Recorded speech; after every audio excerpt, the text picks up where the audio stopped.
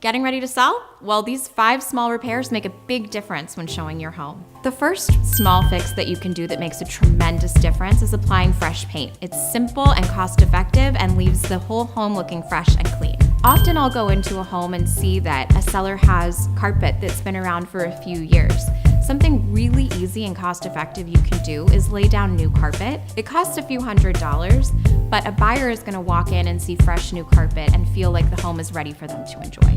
There are different things that you can do when it comes to cabinets. A really easy fix is to consider leaving your existing cabinetry in place, but painting it. Right now in 2019, we're seeing trends. White is always timeless, but we're also seeing people get creative with gray and blue tones. It's really fun, it livens up the kitchen, and it's a really cost-effective way to give your kitchen a brand new look. You might not have the budget for a full bathroom remodel or a full kitchen remodel, but putting new hardware and faucets on can make your whole space look brand new. There are lots of ways that you can boost your curb appeal. Some things that I've done for my sellers is we've put mulch around flower beds that have been looking a little iffy. It makes the whole space look new, and it's very, very inexpensive.